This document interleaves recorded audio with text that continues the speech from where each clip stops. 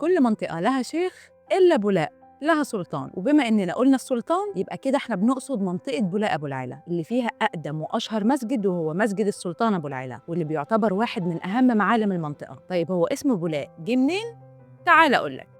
اتقال إن بعد دخول الحملة الفرنسية سموا المنطقة دي بولاك، ومعناها بالفرنسي البحيرة الجميلة، وبعد كده اتحرفت لبولاق. لكن الكلام ده ما تحسهوش صح قوي، خصوصاً إن المنطقة موجودة من قبل الحملة الفرنسية بكتير جداً. واتقال كمان إن بولاق معناها المينا، لأن موقعها على ضفة النيل الشرقية مباشرة قدام جزيرة الزمالك. منطقة بولاق ظهرت في عصر السلطان المملوكي الناصر محمد بن قلاوون، اللي شجع على البنى والتعمير فيها، وسماها كمان أراضي الجزيرة الجديدة، واللي اتكونت عن طريق طمي النيل على مدار السنين. بس بدأت مدينة بولاق تاخد شهرتها مع دخول الحملة الفرنسية، وده كان سنة 1798، لأن نابليون استخدمها للوصول لمناطق الوجه البحري. وأول طريق اتعمل هناك كان بيوصل ما بين الأزبكية وحي بولاق. وبالمناسبة حي بولاق انطلقت منه ثورة القاهرة الثانية، ودي كانت ضد الحملة الفرنسية في مارس سنة 1800، وكانت بقيادة السيد عمر مكرم. وجي بعدها كمل محمد علي باشا، وده كان العصر الذهبي لمنطقة بولاق أبو العلا، لأنه اهتم بيها جدا وحولها لمنطقة صناعية